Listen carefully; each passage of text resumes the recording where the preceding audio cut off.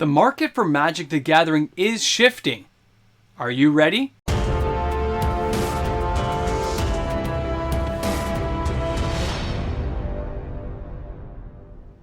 Hi everyone and welcome back.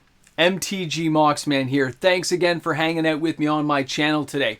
Now, it's been a while since I've seen so many of my personal friends really angry and really happy with how the market right now is for Magic the Gathering. I have players who think Wizards is just hosing us all, but I have other players who think, hey, there's a lot of great cards at a really good value. Other guys are saying, hey, I can't even trade my stuff in and get fair market value, which is something we are going to talk about because with the shifting sands we're seeing in the market, the fact things don't stay still right now and it's an evolving market is something players need to be aware of and be able to deal with as it comes up because it is going to be more often. Now, what I mean by that is going to your local store and trying to get cash for a card isn't going to be as easy as it used to be. Now, I'm going to share an example with you here just to give you a good eye appeal of what I'm talking about. I want to start things off by showing you guys Mox Amber, okay? Dominaria 2018. I have the largest collection in the world. Most of you guys know that if you're my regular viewers, but I was buying this card for like $5 Canadian when everyone thought this card would be worthless. I believed differently, and let's just say I came out pretty well. I came out pretty far ahead at the end of these deals. Now, Mox Amber itself is still a sought-after card. People love it. You can see right here, it's a legendary artifact from Dominaria. It's been reprinted in the Brothers War, and it says, add 1 mana of any color among legendary creatures and planeswalkers you control. Too bad it didn't say sagas. Now, I want you to look at that card and look at these prices. The average is $29.26. The market value is $26.51 and a foil $57.18. You know what? Prices seem pretty good, don't they? That seems pretty respectable when you're trying to get your hands on that style of card. You're like, hey, that price doesn't seem bad from where it used to be.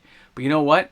If you tried to have one, if I had a Mox Amber right now that I wanted to trade in, I go to a store and say, hey, how much trade are you going to give me? I looked around. Most stores are only going to pay me $10 Canadian. $10 Canadian is barely above what I paid for this card. Yeah, it seems like almost double and stuff, but after carrying costs and making sure it doesn't, get burned in a fire, keeping it all wrapped up nicely in double, triple flip plastic and stuff, it really doesn't seem worth it, does it? It really doesn't. And that's for me buying in 2018 and buying it super cheap. Imagine a player who had this card and paid $50, $60, $70, $80 for a Mox Amber.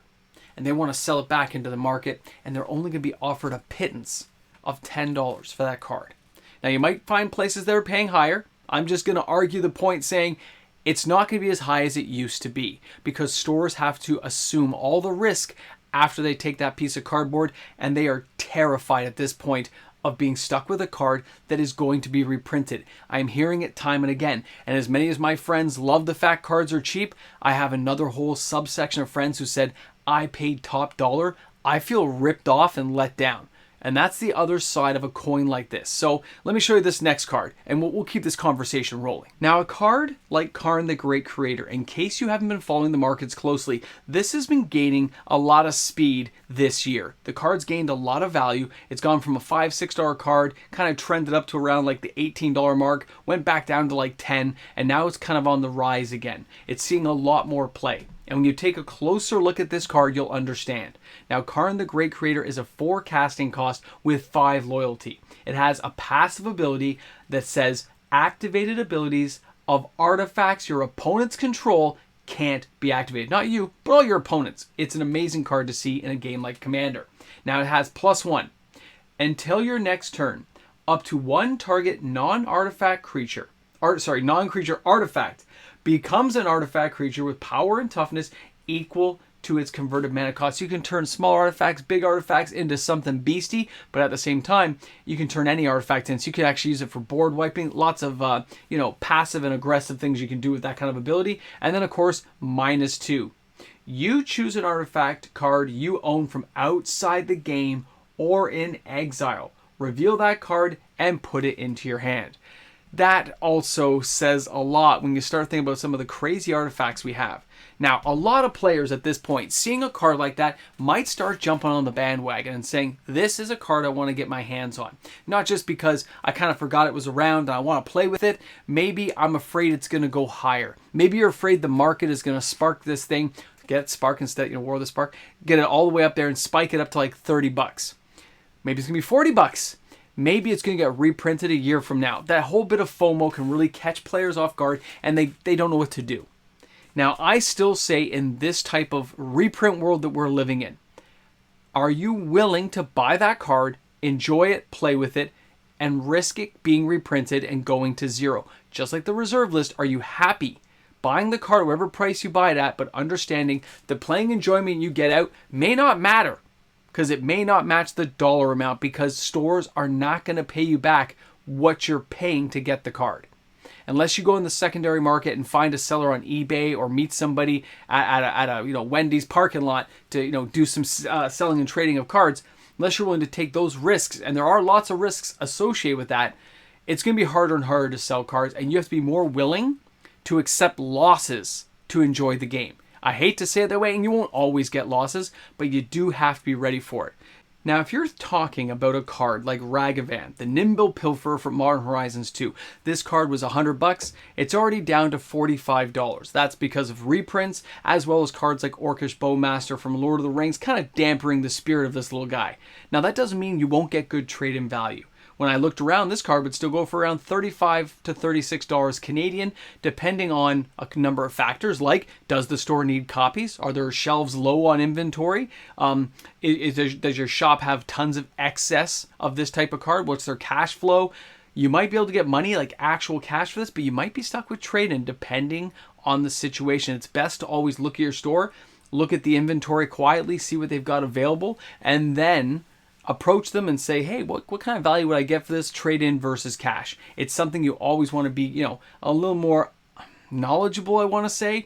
You want to know the market you're in, which means, every store, every town are entirely different scenarios. Even things on TCG Player, eBay, even big places like Toronto. When I looked around, there was a whole level of different values based on the stores I checked out. So some cards like this can actually still command a premium. I think I saw this for as high as $36 Canadian instead of, maybe like a $12 or $13 like we saw for the Mox Amber, because those cards are in excess right now. There's lots on the store shelves, so they don't want to take them, so they make their buy lists very, very poor, so you don't get encouraged to trade that stuff in. Now let's go ahead and take a look at the next card here. This is Forerunner of the Collation. Now when I look at this card, Rivals of Ixalan, of course, Journey. I keep calling it Journey to the Center of the Earth when really it is the Lost Caverns of Ixalan, but I still think I'm going to be right on that. This card is starting to see an upswing in price. We've noticed this. We've talked about it a little bit on the channel.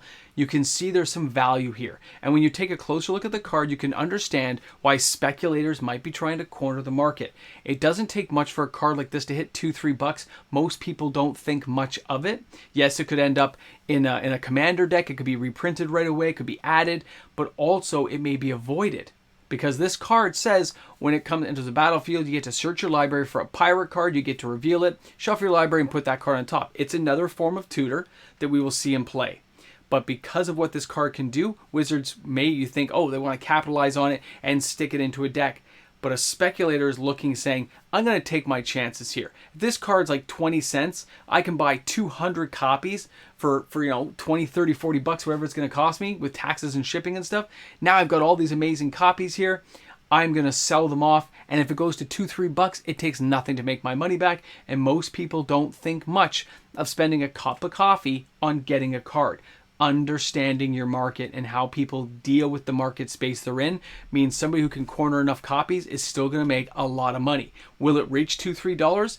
That's up in the air. We don't know. We don't have crystal balls, but they're hedging their bets and taking the risk to try to get their hands on that reward. Depends on how many copies they can get and what price they got them at, and of course the condition. Now, this last card here I want to share with you guys is Tolarian Academy.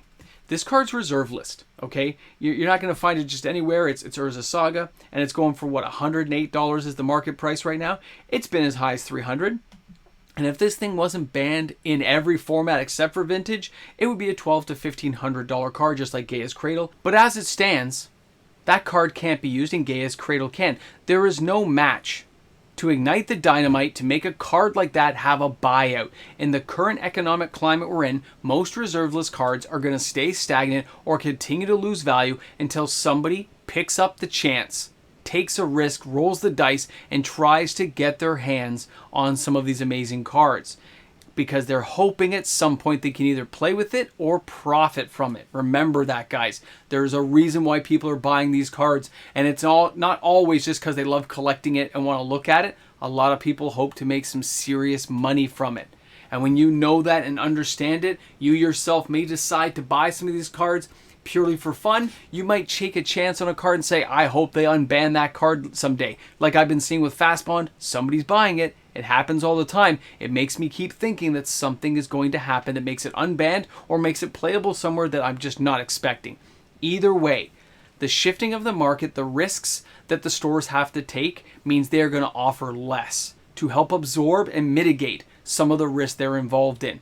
You as the player understanding that, you will find a lot less players trading in cards, which means prices will rise on a lot of individual cards, which of course fuels the reprint market. Understanding it, staying ahead of it, it is all key. I myself tend not to trade in or sell a lot of my cards. I keep them so I can play with them. I recommend a lot of you guys do the same unless there's some cards you really want to get because you're trying to maximize your value. And right now, the value is not with a lot of these cards. So it's best to enjoy them and play with them. Let me know what you guys think in the comment section. Slam some comments down on what's happening in the market space you're playing in and what you see happening around the people buying, selling, and trading cards. Thanks a lot for hanging out with me today, guys. Look forward to seeing you tomorrow for another video. Have a great day. And of course, a big shout out and thank you to the amazing patrons I have supporting my channel each and every day of the week, every month, and every year. Guys, thank you so much. I look forward to seeing you all for another video. Patrons rock. Sometimes you've just got to say, shop smart, shop S-Mart.